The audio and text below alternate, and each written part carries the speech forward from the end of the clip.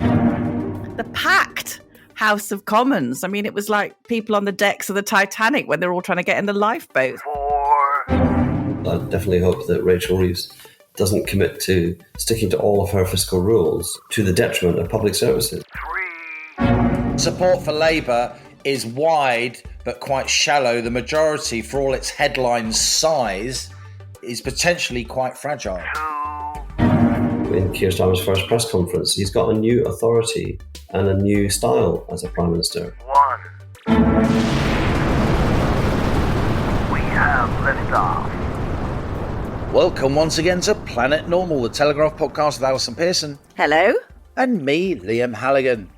After Labour's landslide election win, Keir Starmer's party now boasts 410 MPs, with the Tories back on 121, a Labour House of Commons majority of 170, more than twice the 80-seat victory margin chalked up by Boris Johnson in 2019.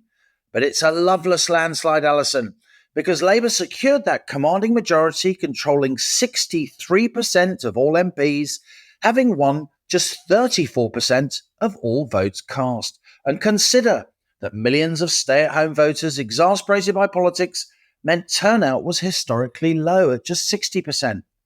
So the Labour leader and his Starmtroopers can now operate pretty much unchallenged in any area of our lives, passing legislation from tax to health, from education to defence, having won support from 34% of just 60% of eligible voters. That amounts to little more, Allison, drumroll, than 20% of the electorate. Just 1 in 5 adults backed Labour's loveless landslide. Never has our first past the post voting system produced such a skewed outcome. The Lib Dems won 71 seats on 12% of all votes, while Reform won just 5 seats on 14% of votes cast. Hundreds of thousands more votes nationwide than the Lib Dems, but for Reform, 14 times fewer seats. So much to discuss, Allison, but I want to start by paying you due credit. Da-da-da-da. We wagered on the total number of Tory seats back in late May at our wonderful 200th episode Planet Normal event. I said 150, you said 100. During the weeks ahead of the election, it seemed you'd win easily, with some polls suggesting the Tories could go down to 80 or even 60 seats. But 1-2-1 it is. That's nearer just to 100 than it is to 150. So you win, i.e. dinner, co-pilot, restaurant of your choice. Another cheeseburger at Mackie D's. You know how to show your co-pilot a good time. You know, I'm going to do something very unusual now, and I'm going to not grasp this victory, because actually I thought it would be lower than that. And I think I said it was going to be nudging quite a lot lower. So I think that on this occasion, Halligan, I think the victory is yours. We could mention, couldn't we, that the polls were not that good, were they? No. The exit poll at 10 p.m. was bang on. The exit poll said 411 seats for Labour, I think. So it was bang on. But they were overstating. They had Labour consistently higher than they actually were. In terms of vote share, yeah. Yeah, and they were actually up to about 44 at some point. But we never have a moratorium on these things. We always have a moratorium on completely trivial things. I think it was the strangest election of my lifetime, Liam. As you said, never before has a party been able to form a majority government on so low a share of the vote. Now, this is the most disproportionate electoral outcome in British history. And I would say we saw yesterday, it's obviously we're recording on Wednesday, Tuesday, we saw for the first time the packed House of Commons. I mean, it was like people on the decks of the Titanic when they're all trying to get in the lifeboats. I mean, you know, there's not even barely enough room on the government benches for all those people. But it doesn't in any way, as you said at the top, accurately reflect the support of the country. And as you said as well, you know, 80% of British people did not vote for a government which now has 410 seats. And it not just that, Liam, not just that they've got this vast number of seats, but that many of those Labour MPs have a thin majority, not these stonking majorities of 2019, real Jacob's cream cracker thin majorities, many of them well under 6,000. So support for Labour is wide but quite shallow. The majority, for all its headline size, is potentially quite fragile. Yeah, do you think, look, obviously Labour isn't going to volunteer to go to proportional representation, but when we see Reform from a standing start, pretty much getting 4.5 million votes and only 5 seats, and the Liberal Democrats, which, Ed Davies, we know, basically spent the entire campaign on or underwater, having considerably fewer votes than that and getting 70 plus seats. And Reform also, we'll talk more about this in a minute, but coming a chunky second in 87 seats, which basically completely scuppered the Tories. So what do you think, Liam? Clearly it's a very strange result, skewed result, isn't it? It is. We should just say first off, just harking back to our little wager, it wasn't the massive Tory existential wipeout that some of the polls were suggesting, 60, 70, 80 seats. Believe it or not, even though this is the worst result in the Tories' election history, in a Westminster election, we should add, there would have been sighs of relief at central office as the results were coming in, astonishingly. But I think that's true. Obviously, the big story is the Labour victory. Obviously, a very important sidebar story, which you and I have been talking about and writing about a lot, is the kind of disproportionate nature. But I think the real historic story here is Reform breaking through, getting, yes, only 5 seats, but as you say, there is a lot of support for Reform. They gained 20% or more of votes in 102 seats countrywide. Yeah. So 102 seats potentially could be within their grasp at the subsequent general election. Largely concentrated in the Midlands and East Anglia, yes, but across the country. And I think that as this Parliament takes shape, I think those 5 Reform MPs are going to exert huge leverage, not just on the Conservative Party, but on the national debate. They'll make a lot of noise. They'll attract a lot of attention. I think it is so ironic that the Lib Dems have ended up with 71 seats under first past the post, which they've been campaigning against for years. Will they continue campaigning for proportional representation when the biggest beneficiaries of proportional representation will be their political adversaries, their nemesis? What's the plural of nemesis? I don't know. Nemesis, yes. Nemesis, yes. Who knows? Reform. Are the Lib Dems going to carry on campaigning for proportional representation, given that the big beneficiary of that would be Nigel Farage? We'll see how far their principles truly extend. Well, there's just, as we're recording, a YouGov survey out saying that 47% of Conservative Party members want a merger with Reform, compared to 48% who do not. Now, that's pretty astonishing progress by Nigel Farage, isn't it? It is. In a very short period of time. They haven't even had time to let the dust settle.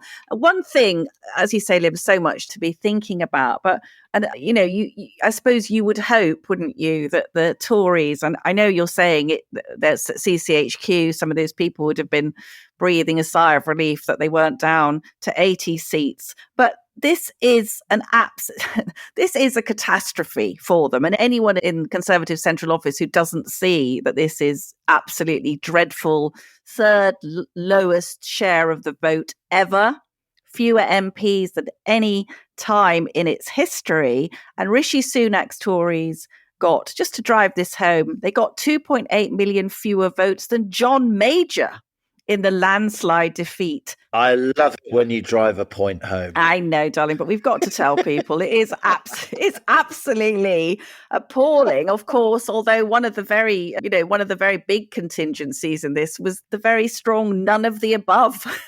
Yeah. Turnout 60%, astonishing. Think of the Blair landslide. Now, Starmer's majority, massive, obviously, but it's less than Blair's 1997 majority, which was 179, not 170.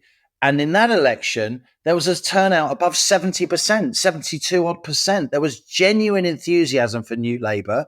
There was genuine feeling that the country was at a turning point. Huge turnout, and Blair's Labour Party got 43% of the vote. That's a landslide rather than 34% of the vote, little more than a third on a very low turnout, 1 in 5 of the electorate. This is more quicksand than landslide, I think. That's a good. You've been working on that. I've been working on that, yeah. That's a good one. I like that one.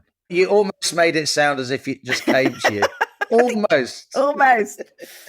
Tip of the tongue. I wasn't going to point it out. Sorry. I was tasked by the Telegraph with writing the election night special, so I did stay up, complete with snacks. Tasked? This isn't a management. This isn't some kind of corporate management science podcast. We're journalists. We're hacks. You were told by the Telegraph. I was told that I would be, staying up all night. And surely among the many absolutely jaw-dropping contributions was George Osborne, former Conservative Chancellor in the David Cameron government, basically still clinging to the progressive position that, oh, goodness me, we mustn't let any of these ghastly right-wing people have any say in the future of the party. And I was sitting there, I was thinking, you've just, you couldn't have been dealt a more brutal blow. And you think, what will it actually take for these people to understand? And I just want to say, Liam, there is nobody of any sanity could view this result without seeing that the Conservatives basically lost everything in the area of where there are Leave voters. All right. This was not a decimation by left wing of the Tory party not wanting to vote for them. This was absolute. The Tory vote in the Red Wall collapsed. Not a single Tory seat left in Wales, virtually none in Scotland, and also, just out of interest, the Labour vote collapsed in seats with higher Muslim populations, and that's another issue.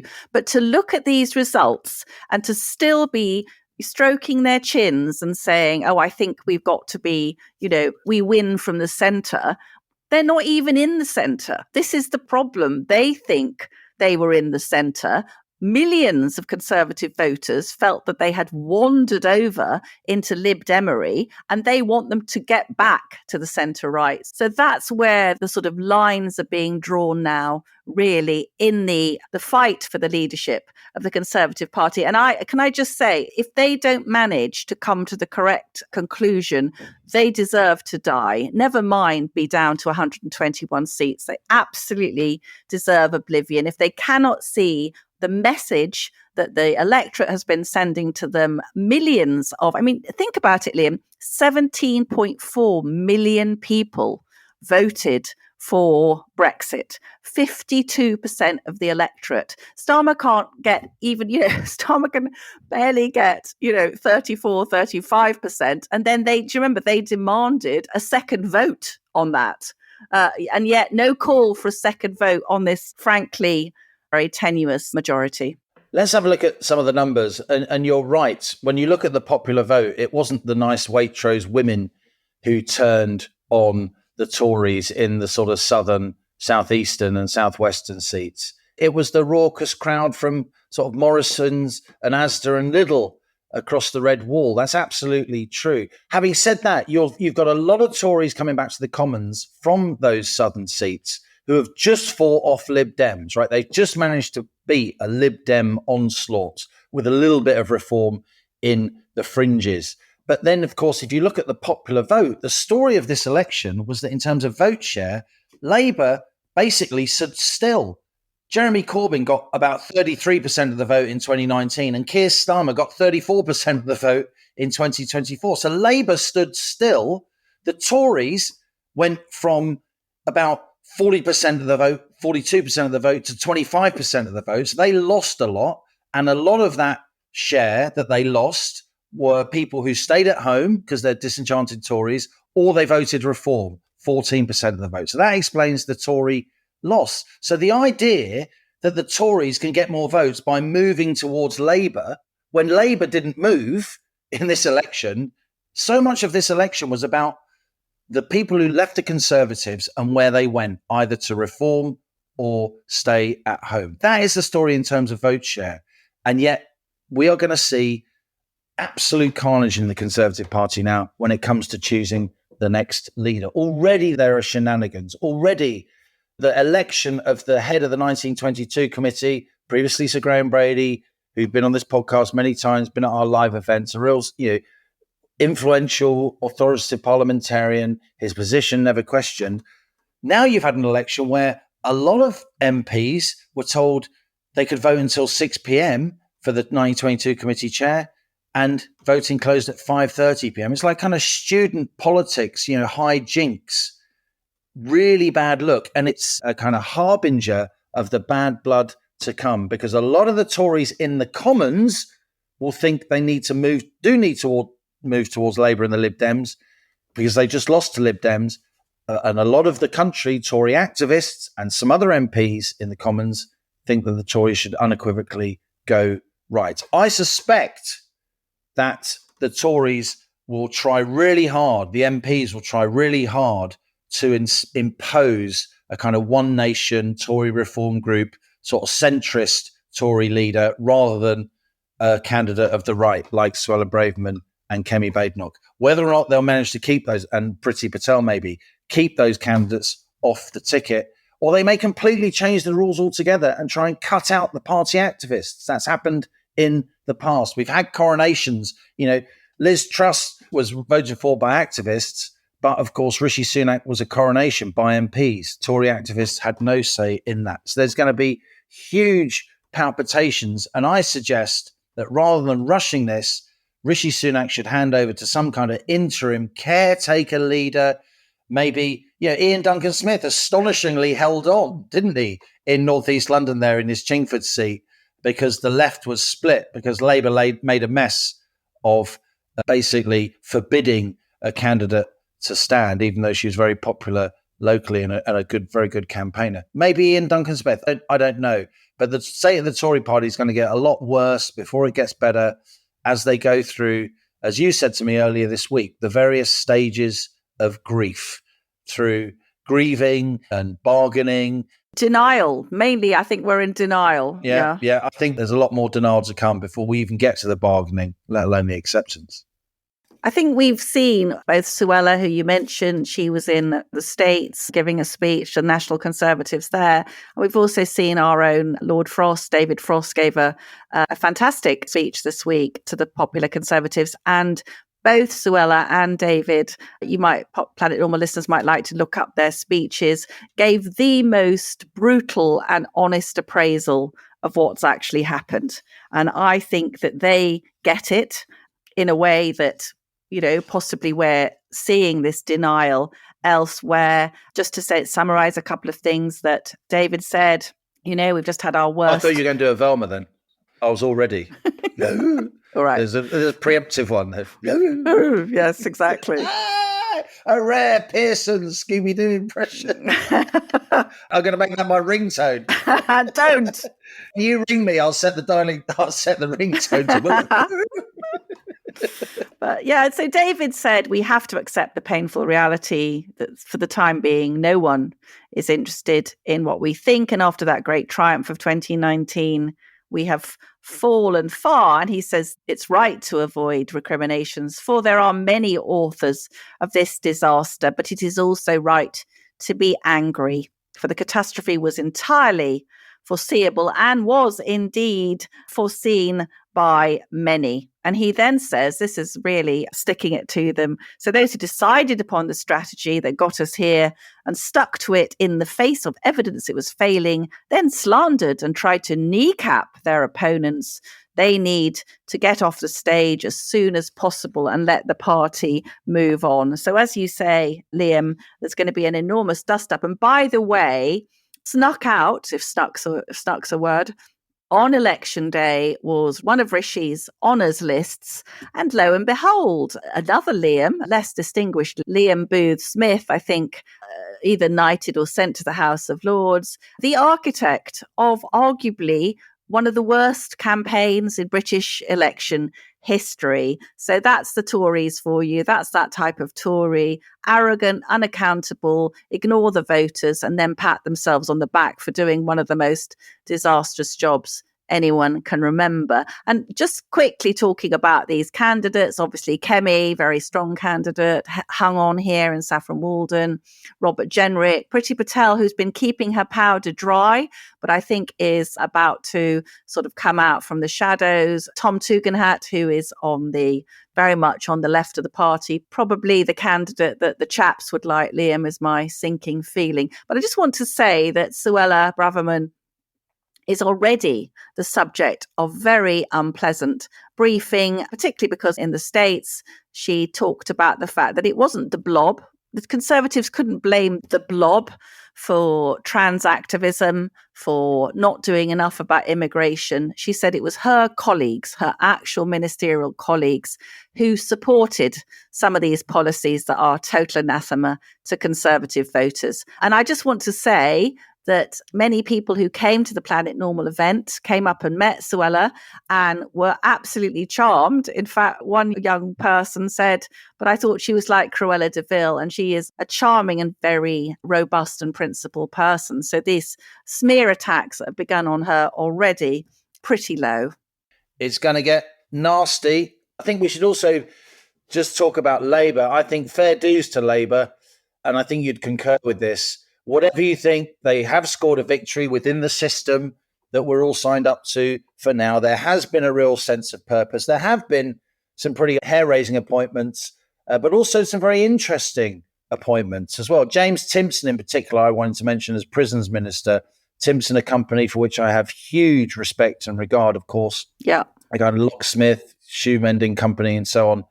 Fantastic high street brand. And the Timpsons have over many years employed ex-prisoners, and in many cases extremely successfully. That whole area of work, prison reform and post-prison employment, is of real interest to me, and I've come to admire Timpson, and I look forward to seeing how he gets on. So often business leaders with exemplary track records come into government and find it very difficult, don't they?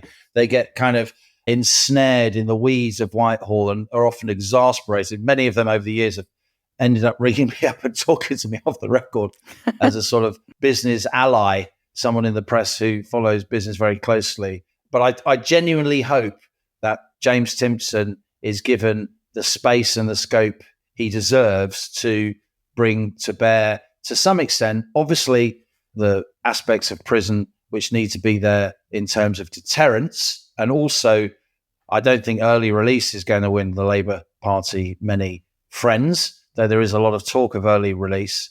But in terms of helping prisoners to turn their lives around as they leave prison, which is also an important part of our criminal justice system.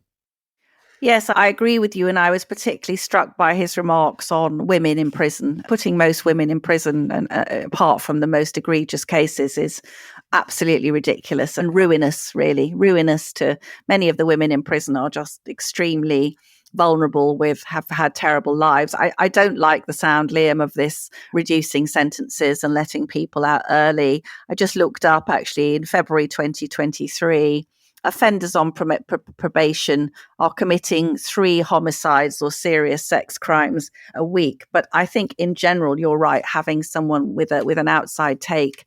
And we've also seen, of course, I think it's very striking, and we talked about this before, that the Conservatives were not really ambitious to do anything with their power. Now, I may not agree with some of the Labour policies, but I can see that at least they're determined to try and shape the country. So we've seen Wes Streeting, as we thought, going into the Department of Health and basically saying, our policy is the NHS is broken. Boom, That's it. We haven't had anyone being honest about that for a long time. But there are interesting policies and, hats off to them for trying. Keir Starmer gave a speech, in Downing Street where he promised to govern, you'll love this, unburdened by doctrine. Yeah, right.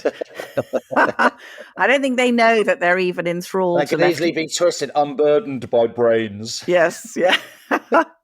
Yes, unburdened by any common sense. But he promised to, quote, tread more lightly on the lives of voters. And he said he wants to deliver a government guided by policy, pragmatism, and service. That's a big Starmer word, rather than ideology. And then he promptly appointed to Minister for Women and Equalities, Annalise Dodds and Bridget Phillipson, both of whom have shown they have some difficulty identifying what a woman is. So that's one of my concerns, that Lisa Nandy, I think she's taken over at Culture. She's announced that the culture war is over. Well, you bloody well started it, Mrs. I'm not sure that the culture war, I have a terrible feeling that the culture war is just starting. But on the economy, Liam, I just wanted to ask you. So, first of all, the non-DOMs, who they are, Labour scoring some cheap sort of class envy points against. I sort of read this, that there are 68,000 non-DOMs who contributed 8.5 billion to the exchequer in the year till 2022. I got that Scooby impression in earlier. Good job I got it in preemptively. Yes. We are now in a Velma moment. We are in a Velma moment. Sorry. So I'm just donning my... Do you want to do another one? Orange roll neck and putting my blue specs on. Oh, sorry, we're out statting each other this week. Imagine if this is your first Planet Normal. Imagine if you haven't listened to previous episodes, yes, you're going to be thinking, what are they going on about? Yeah, sorry. Whenever Allison goes into very tedious statistics, I identify as Velma in Scooby-Doo, don't I? You didn't quite think you could get away with pretending to be Daphne with the wet look boots. I had a pair of wet look boots. My God, my pride and joy they were. Oh. But there is a concern, isn't there, that the rich will leave because the top 1% pay 30% of all income tax. And I'm also concerned about this, Rachel Reeves and her growth, her commitment to growth, the mythical growth unicorn. Where's Rachel going to get this growth from, co-pilot? We're going to come on to that, Alison, after we listen to our Planet Normal stowaway this week. And just before we do, I wanted to mention very quickly, before we return to our guest and then the economy, small boats, because this is going to be a very big issue this summer. I've been reading the French press this morning. I've been having a look at French news channels and so on. There is a real sense now. It's very widely noticed that Keir Starmer has already scrapped Rwanda quotes. Yes. A policy that never literally and legislatively got off the ground, but a policy which was there in the pipeline as a deterrent. Yep. That deterrent is now gone. Yep. And that is something which Labour, and in particular, a very experienced politician, Yvette Cooper, Home Secretary, hats off to her for becoming Home Secretary, one of the real survivors of Labour politics in recent years. She was, of course, a cabinet minister under Gordon Brown, but she is really going to have her work cut out, and that's going to take attention off the Tories and whether or not they want to leave the European Convention on Human Rights. And I think in this defeat, as the Tories come to terms with their loss and go through those stages of grief, I do think, Alison, they are going to get some joy from watching Labour facing the difficulties of government.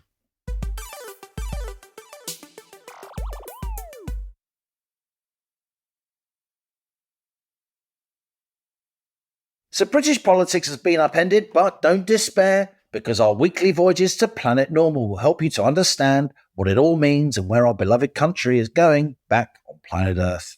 Our route guides, of course, are our fabulous Planet Normal guests, fellow stowaways on the rocket of right thinking. And this week, of all weeks, we felt the need to speak to a proper Labour insider. John McTernan was the Prime Minister's Director of Political Operations during Tony Blair's third term in Downing Street. He previously served as a special advisor under Gordon Brown to Scotland's Secretary and Scottish Labour leader Jim Murphy and Defence Secretary Des Brown. John grew up and went to university in Edinburgh, but is steeped not just in Scottish and British public life, but politics further afield too. He served as Director of Communications for the Australian Labour Prime Minister Julia Gillard, and he continues to write on a broad range of issues for leading publications, including, I'm pleased to say, regular contributions to The Telegraph and The Spectator too. John McTernan, great to have you with us here on Planet Normal. You and I met in the vanguard of Tony Blair's rise to power. How does this feel compared to 1997? It always feels very different in many ways because the economic situation is much harder than in 1997 when we inherited a growing economy. And it doesn't feel such an optimistic victory because I think voters have had a lot of their belief in and their trust in politics bashed out of them over the last 14 years, and particularly with the constant change of Prime Minister 5 in 6 years that is characterised as the most recent Conservative government. And so that leads to Labour gaining power with a huge majority, in many ways better than Tories, because Labour have won not just one in London and not just one in the northeast, northwest traditional heartlands. They've won back Scotland, which was lost in 2015, and they've won back in the southwest. Every bit of every region of the UK, you can find Labour form a majority, and that's a huge mandate. It's a mandate for change that Labour said it should be, but it is in a more sombre, as I said at the outset, it's a more sombre context, and one which is going to mean Labour have to make the progress they can within the fiscal restraints they have, but also in the same way, they need to constantly remind people how hard the situation is without depressing them, and constantly remind people of the slow progress they're making while telling the story that slow progress, if it gains momentum, can become faster and faster over a parliamentary term and ideally over two. It feels very different to me as a kind of economics nerd when we consider Ken Clarke's golden inheritance to Blair Brown in 97. Debt back then was 36% of GDP, the national debt. It's now pushing 100%. Growth was motoring back in the late 1990s. The economy's very sluggish now. How do you think that's going to make the politics of the next year different to the politics of the first year of the Blair government, which sometimes bordered on euphoric from my memory? Perhaps your memory is playing tricks on you, because I think that the Blair honeymoon, in a way, hit the buffers when I was working for Harriet Harman, because of Gordon Brown's commitment to sticking to Ken Clarke's spending plans for the first 2 years of our Labour government. We were forced into doing a cut to low parent benefit, which saved £55 million, a tiny, tiny speck of money, but because Labour were committed to not breaking the pledges that they had. Now, there's an echo there with Rachel Reeves and her iron Chancellor position, her commitment to tough fiscal rules. The Labour Party, its biggest ever revolt against the cuts in low parent benefit, and that, I think, took the shine off the Labour victory. Now, the economy is definitely going to be a huge constraint. The inheritance of the low growth since 2010, the inheritance of the failed attempt by Osborne and Cameron to grow the economy while imposing austerity on it, as a result, undoubtedly, of the debt accumulated during the COVID pandemic and the cost of furlough and the accumulation there. So look, it's a very different economy. The key to it is growth. The key to it is productivity. The key to it is investment. It's easier to say those things than to do them, but I think it's really good that that's the overriding and top priority of the Labour government. And the mood will change in the country as there is a feel-good factor emerging. And the feel-good factor, the first one I can see coming is, what if interest rates start to fall? What if the Bank of England decides interest rates can fall next year? That will feed through to businesses and to people buying houses in the shape of lower interest rates, lower mortgage repayment costs, lower borrowing costs. And it frees up some headroom for the government as well. Because if the government borrowing costs fall, then there's more headroom in which you can actually do more imaginative things in investing in public services. But Labour surely is going to have to raise more revenue from somewhere in order to fulfil its manifesto and indeed fulfil the expectations of lots of its voters and backbenchers, no? And if so, how can they do that, John? How can they raise that extra revenue without threatening the very growth that you and I agree the government needs? The answer is really straightforward, but it's hard to achieve, Liam. I think you have to have the commitment to growth before you can start to push the whole economy towards it. And one of the things that mission-driven government allows you to do is to brigade the actions of regional mayors, councils with the devolved nations, as well as business and as well as small business, as well as communities in trying to achieve the levels of growth that we need. Because I think everybody agrees with the diagnosis of the Labour Party, and what Labour is doing, in contrast to Liz Truss, the Truss parting budget, is we said we'll get the growth going, and then when the growth is there, we can use the revenues that are generated by the growth to actually invest in public services. And I think it is going to be difficult and challenging with our supporters who want to see progress on so many fronts, on the NHS, on education, on welfare, on the vicious and backwards two-child limit on welfare, which is putting children of working parents into poverty, which is the opposite of what Labour achieved before, which is to halve child poverty. Labour have put themselves into a bit of a straitjacket by committing to no increases in the big three taxes. It does leave some areas for future taxation. Some of those are going to have to come onto the agenda. The OBR have already estimated there'll be 18 billion maybe of revenue missing from fuel duty by 2030 because of the gradual shift from internal combustion engine cars into electric vehicles. That shortfall has to be met somewhere. The obvious place to go there is road charging. That'll have to be a process that's brought out, and will have to be a period of persuasion and engagement and finding a way to, redistribute within that, because EVs do cost 10% of the running costs. They've got 10% of the running costs of fossil fuel cars. So there's huge savings to the motorist in the revenue cost of those cars. There's the ability to have a lower cost of running your car, have a road charge that repays, and also maybe invest in public transport and therefore contributes to decarbonising the economy. It's when you tell the full Labour story, I think, that you can move the country forward. Tax isn't in isolation from behaviour change, because taxes are used to change behaviours, and tax isn't in isolation from the changing nature of the economy as part of the pillars of growth in Labour plans are decarbonising the economy and moving to net zero faster than under the current trajectory that we've inherited from the Tory government. But equally, there's other areas where there's pressure on finance. Local government finance, it's got a very regressive form now, a very outdated form now.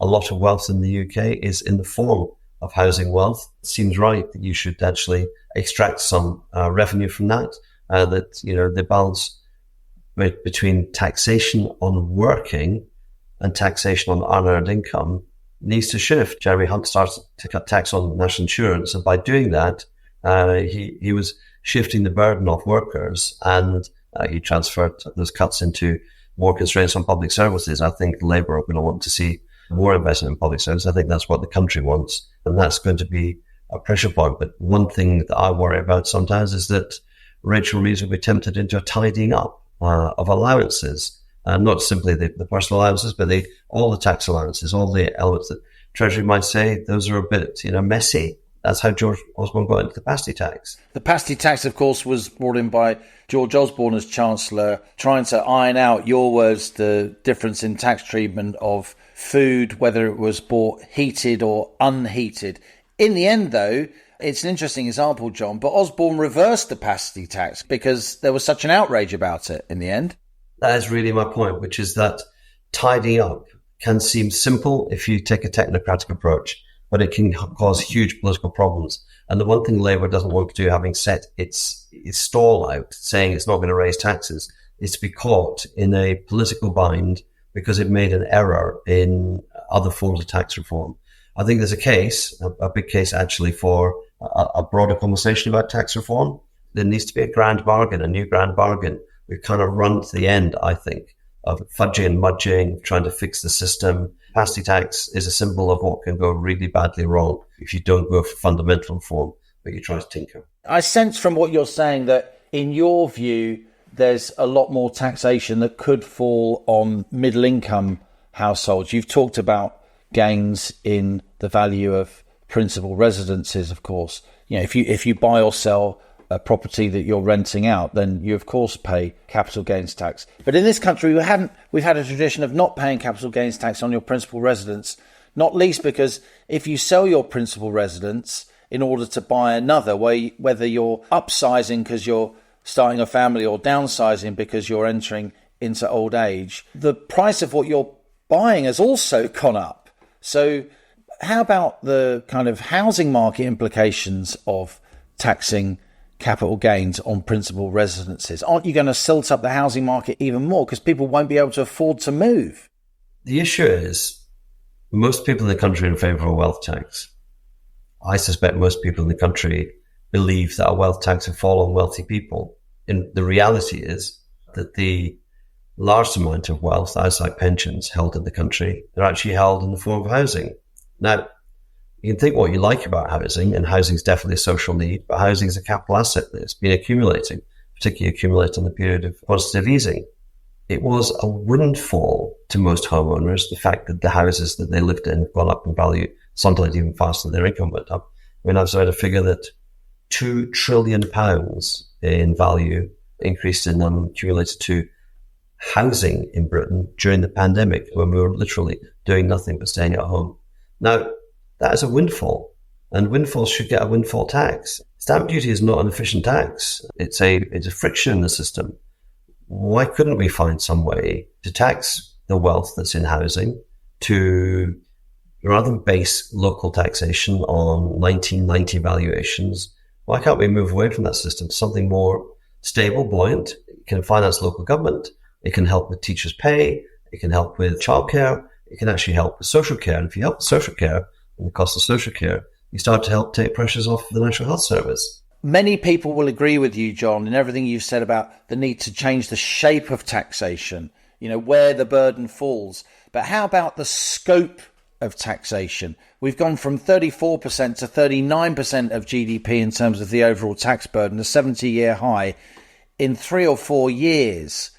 Do you think we can go higher? Do you think we should be going more towards a kind of French/Scandinavian type system where our tax burden is 45 or even 50% of GDP, which is somewhere where it traditionally hasn't been in the UK? Look, I think we'll only pay Swedish levels or Scandinavian levels of taxation when we both have their levels of welfare. It's a bargain, it's a settlement that they have. And when we actually speak their languages, when we start speaking Swedish, we'll start paying Swedish taxes. And I mean by that, we have our own history. Britain is a low tax, low welfare country. That is a setting that's been for a long time. Whether that's the right equilibrium is another conversation. But it's one of the consequences of being a low tax and low welfare country that we have so many children in poverty. One of the settlements that was lasting from the Blair government onto all the Tory governments since 2010 is, we abolished pensioner poverty, and that became a bipartisan consensus. One of the things I hope the Labour government does is get to a position where you are able to eliminate child poverty or halve child poverty or make the elimination of child poverty a bipartisan settlement, so that a future Tory government, because there will at some point be another government that's not a Labour government, that a future government can't reverse progress made in reducing child poverty. And in terms of the rising levels of taxation as a percentage of GDP, there's a simple solution to that. If you grow GDP, then you shrink the percentage of tax as a proportion of GDP. That is our problem, is the stagnant growth of the economy. It's not to do with a creeping tax burden, because everybody can see they're paying more tax, but they're also getting poorer services. It's because the country is poorer, and the country's been consistently poorer because we've had a decade and a half that was being lost in terms of growth. That do loop where we don't grow, therefore we have to tax, but we can't get decent services, and we've got high borrowing. There's scope, in my mind, for changing some of the fiscal rules. I definitely hope that Rachel Reeves doesn't commit to sticking to all of her fiscal rules to the detriment of public services. If we don't bend on those rules, the government might break, because there's such a pent-up demand for public spending. We've really got to get back into a new equilibrium of investment, not all of which can come from the public sector because of the pressures on the debt burden and the cost of the debt burden, and not all of which can be spent in the first or second or third year of a Labour government. But you need investment to drive growth. And so we've got to become a place that is attractive for foreign direct investment, a place that patient capital, like pension funds, can invest productively. We're paying a moronic risk premium on our interest rates because of the quartering trust budget. We should be able to generate a stability premium. Tories had 5 prime ministers in 6 years. We're going to have 1 prime minister in 5 years, hopefully 1 prime minister in 10 years. And so there has to be an increase in GDP, and there has to be an increase in investment, there has to be an increase in growth. Getting the balance, the political balance is important too, because people voted for change, they didn't vote for status quo. But you're arguing to take it above the 70-year high where it currently is. You think the scope of taxation should be higher, John, the overall tax burden? Look, the points that you make about the burden of taxation, they're real, and the markets are real. We have to borrow from the markets, and, managing government debt, getting the debt away is a really critical task within government. That depends, I think, on the stability I mentioned just previously. The markets marked this trust and quasi quartering down massively because of the instability, because of the unbelievability of the plans. One thing Labour has been really careful about is there was nothing new in the manifesto, no new announcements. And that's probably a good thing. Don't give the markets surprises. We're going to do these things in planning. We're going to do these things in infrastructure. We're going to do these things on wind farms. The things that Labour promised is started to do already. You can get your debt away if you don't spook the markets, understand the markets. You don't need to be scared of the markets if you're not doing anything scary. So there's more flex there, as long as you give markets the stability that they need. You always give markets the sense that you've got a future, a plan. I think one thing you can say about Keir is he's definitely got a plan. So much I want to ask you about, John, but we're almost out of time. Just two questions.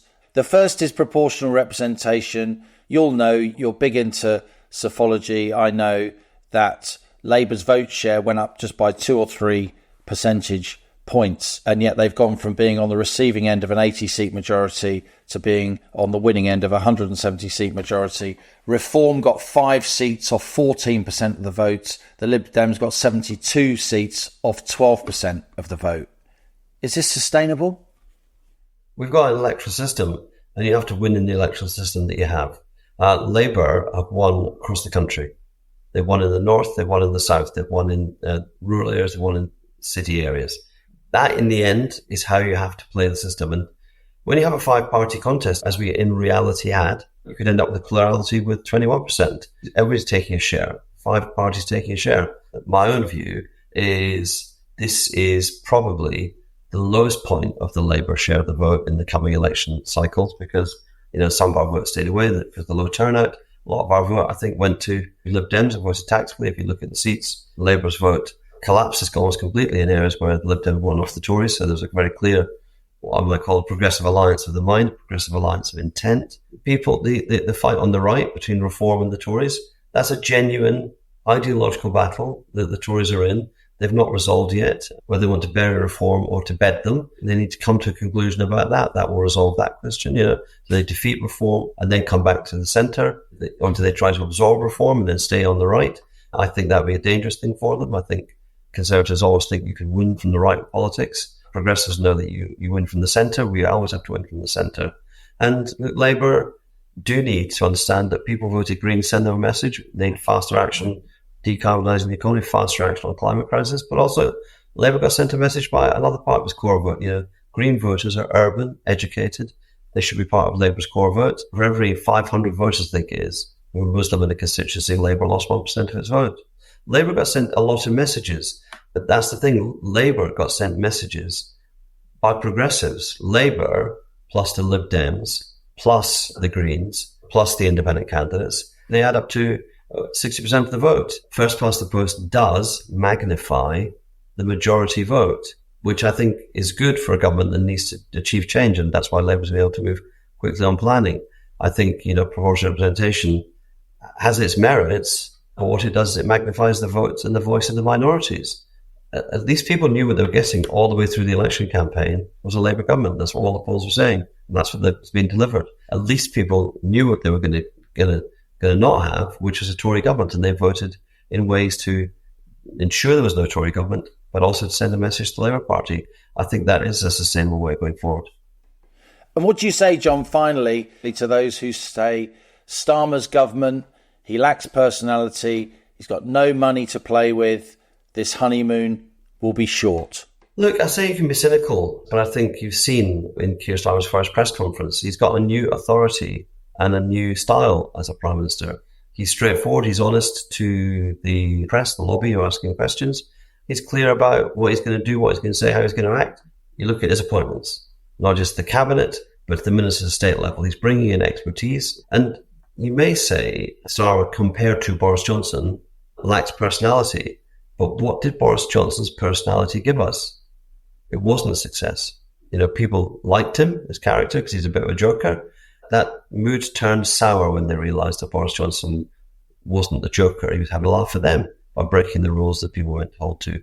And so no one to play with. Governments can always find ways of finding money. And I think the government knows it's got to deliver change. The public knows change will take time and that things are very bad. The scope there for an honest, grand bargain, a deal where we're more explicit about what the constraints are, more explicit about the progress we can make in the timescale, and more explicit that this will take time but will build momentum.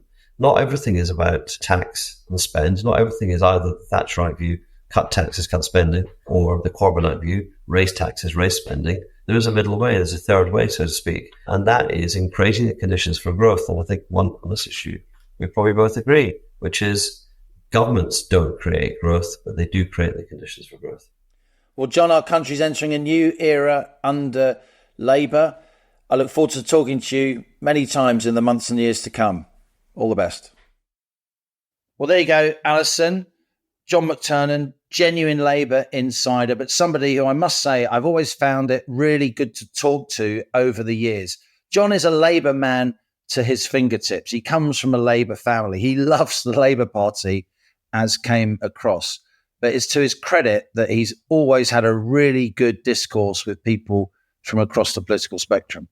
I thought it was absolutely fascinating discussion, and I welcomed John's honesty. As you say, he's an extremely good writer and authority on these matters. I did get a bit of a shiver, Liam, about they're coming for our houses, aren't they?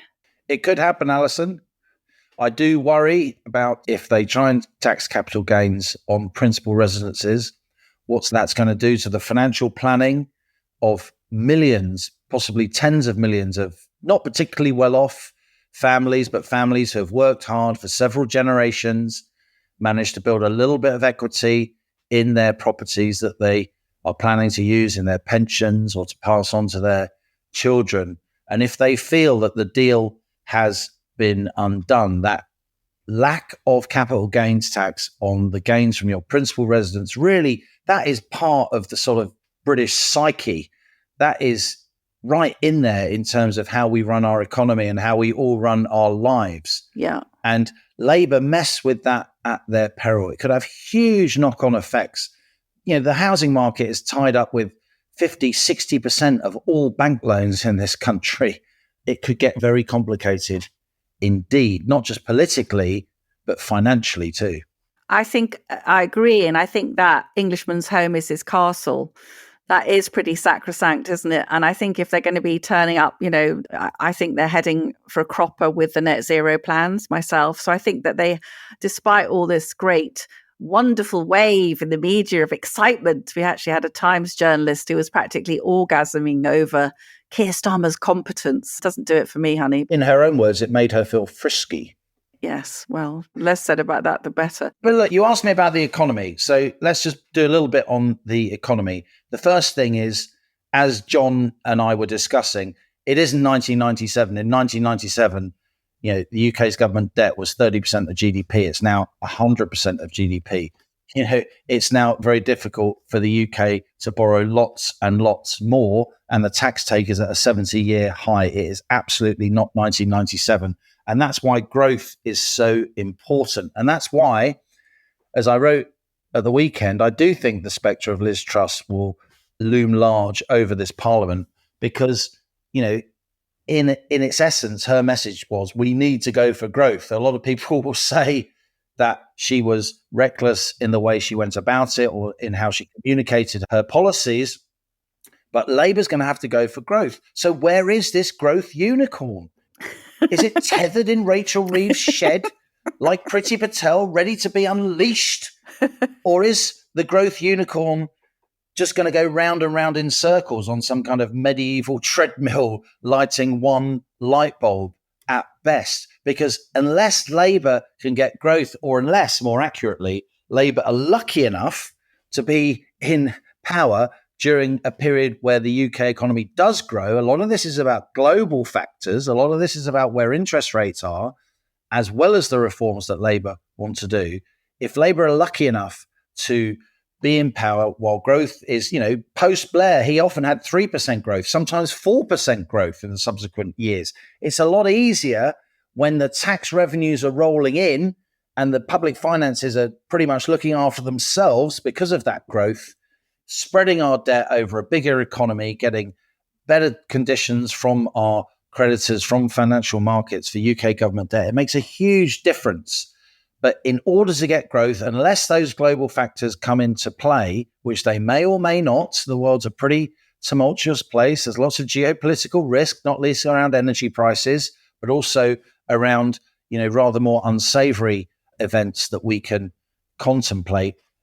Unless they get growth from the global economy, they're going to have to do some serious supply side reforms because they haven't got the scope to borrow and spend big money to try and get growth. And those supply side reforms, you know, planning reform, It's going to take years. It's going to be so contentious.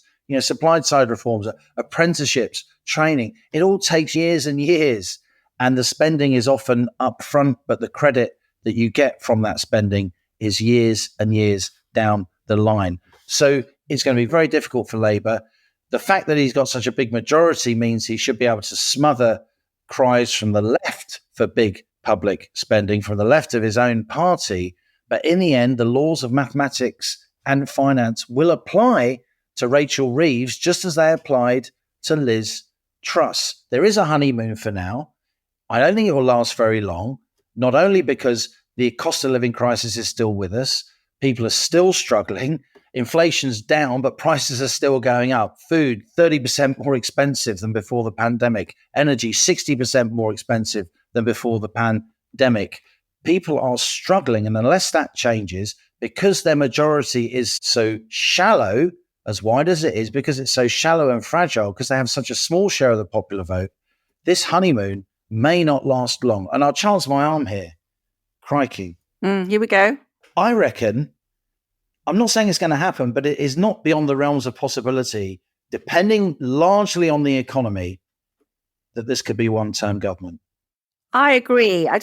We've been talking about the macro stuff. I just wanted to zoom in. I was down in Llanelli with my mum at the weekend, an absolutely red Labour corner of the country. And in Llanelli, which has been a Labour seat, forever. Llanelli.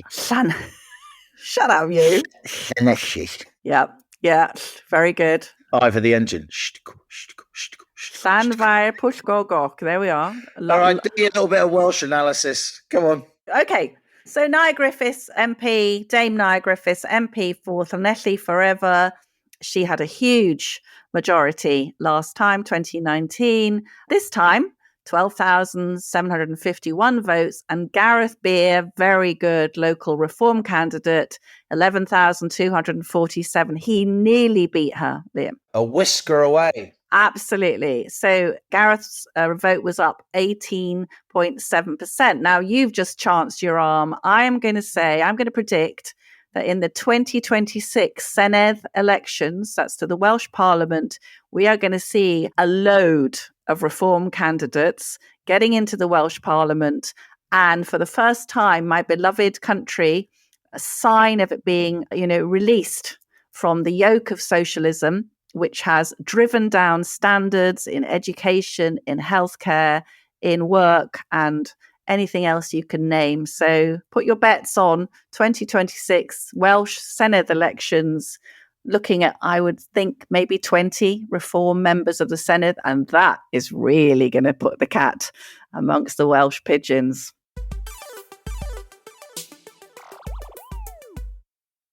Now on to our listener emails. Your messages sent to planetnormal@telegraph.co.uk. Please keep them coming. We love to read your thoughts. The citizens of Planet Normal.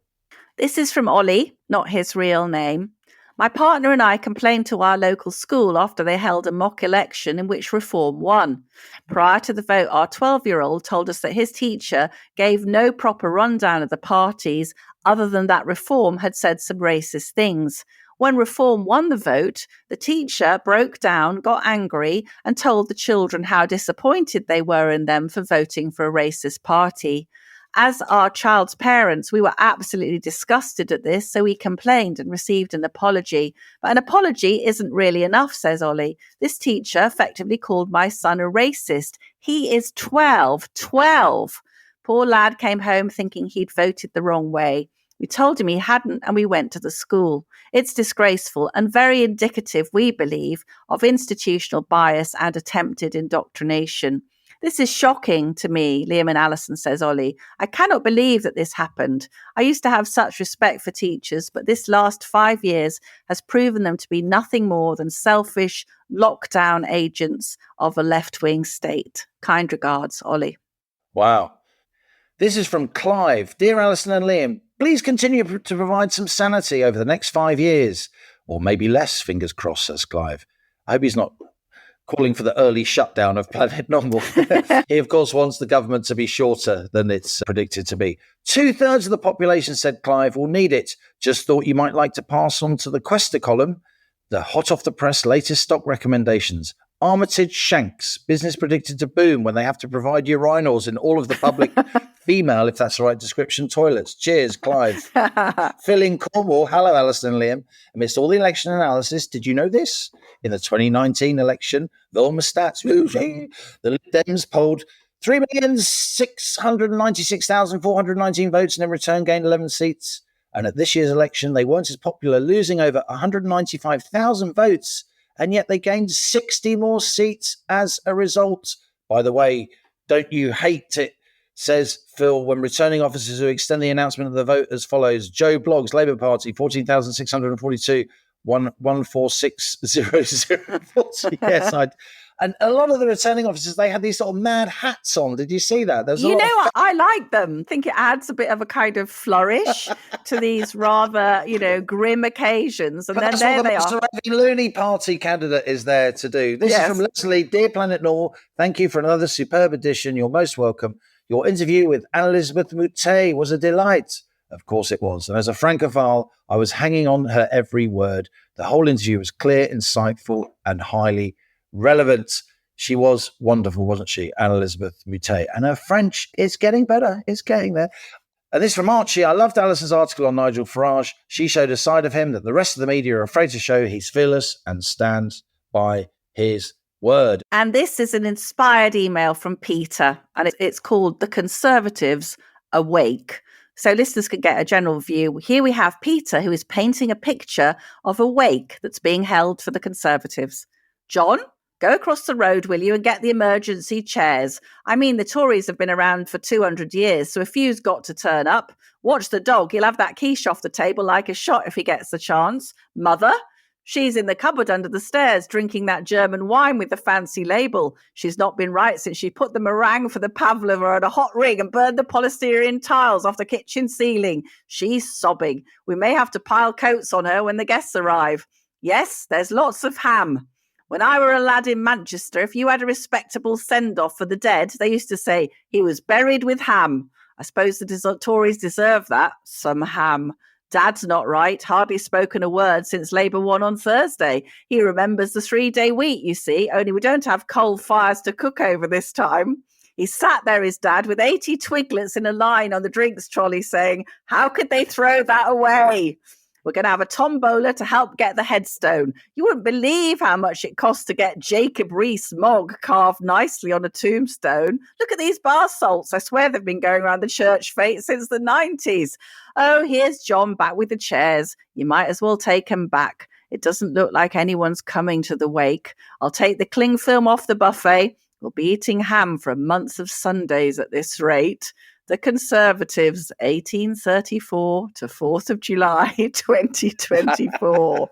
Peter, thank you. Fantastic. And on that bombshell, that's it from Planet North for another week. As we leave our sanctuary of sweet reason, our flying refuge of reason views. Email of the week, well, it's got to be Peter. Send us an email, Peter, at planetnormal@telegraph.co.uk. Put mug winner in the subject heading of that email. Send us your postal address, and we will send you a rare as rocking horse poo Planet Normal mug. Fantastic, Peter, channeling Alan Bennett and Victoria Wood. So if you enjoy Planet Normal, please leave us a rating and a review on Spotify, the podcast app, or wherever you listen to this podcast, because it's really helpful and it cheers us up to see all the nice remarks. And as we speed away from our beloved Planet Normal, the madness of planet Earth comes back into view. Thanks as ever to our producers, Isabel Bajard, Cass Ho and Louisa Wells. Stay safe and in touch with us and with each other. Until next week, it's goodbye from me. And it's goodbye from him.